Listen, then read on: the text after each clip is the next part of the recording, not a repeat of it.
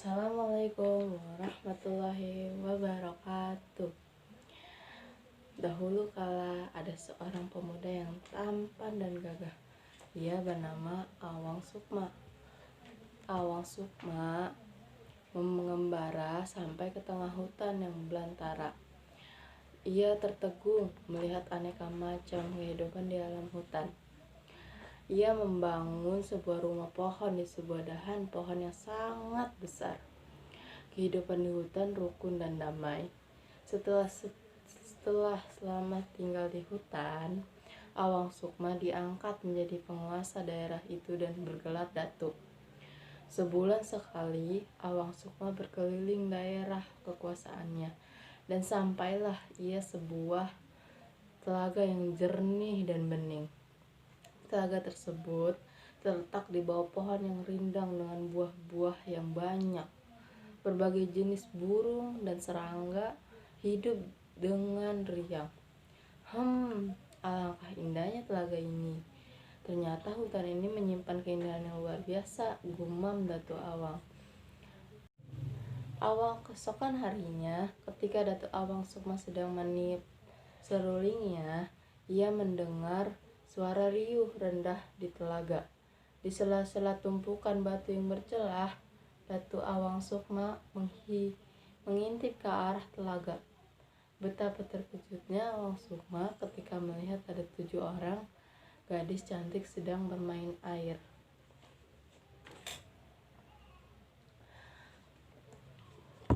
Mungkin mereka itu para bidadari, pikir Awang Sukma.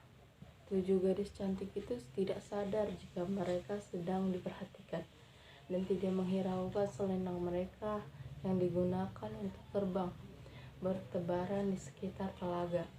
Salah satu selendang tersebut terletak di dekat Awang Sukma.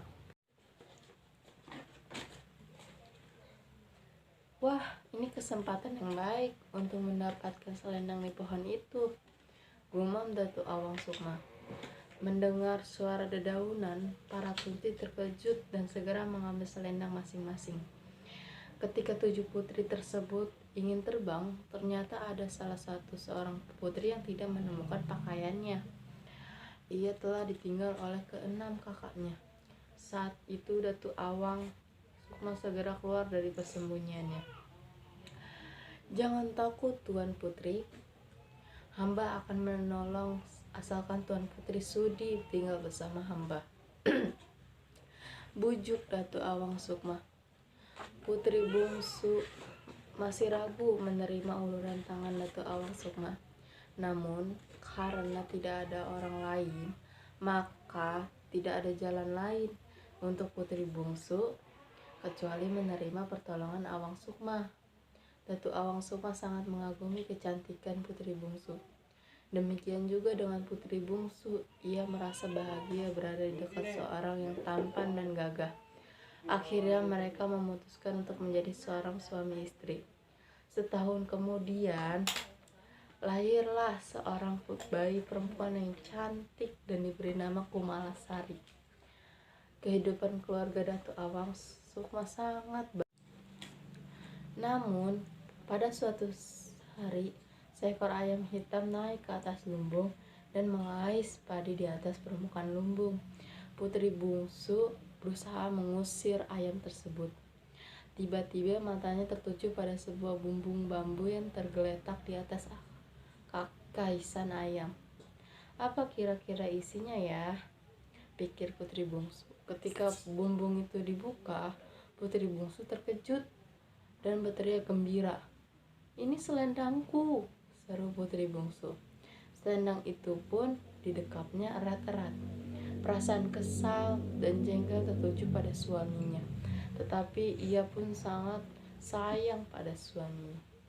Akhirnya putri bungsu membulatkan tekadnya untuk kembali ke kayangan.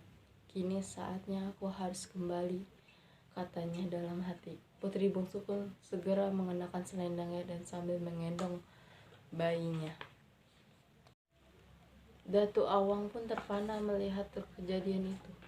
Ia langsung mendekat dan meminta maaf atas tindakan yang tidak terpuji, yaitu menyembunyikan selendang putri bungsu. Datu Awang Sukma menyadari bahwa perpisahan tidak bisa dielakkan. Kanda, Dinda mohon peliharalah Kumalasari dengan baik, kata putri bungsu pada Datu Awang. Pandangan Datu Awang Sukma menerawang kosong ke angkasa. Jika anak kita merindukan Dinda, ambillah 7 biji kemari dan masukkan ke dalam bakul yang digoncang-goncangkan, dan iringilah dengan lantunan seruling. Pasti Dinda akan segera datang menemuinya, ujar putri bungsu. Putri bungsu segera mengenakan selendangnya dan seketika terbang ke kayangan Datu Awang Sukma, menatap sedih dan bersumpah untuk melarang anak keturunannya memelihara ayam hitam yang dia anggap pembawa malapetaka. Pesan moralnya adalah legenda Telaga Bidadari mengajarkan kita, jika kita menginginkan sesuatu hendaknya dengan cara halal. Kita tidak boleh mencuri, merampok harta milik orang lain, karena sewaktu-waktu dapat menjadi batu sandungan dalam meraih cita-cita. Kita pun tidak boleh menyimpan perbuatan buruk, karena pada suatu saat akan ketahuan juga. Sekian dan terima kasih. Wassalamualaikum warahmatullahi wabarakatuh.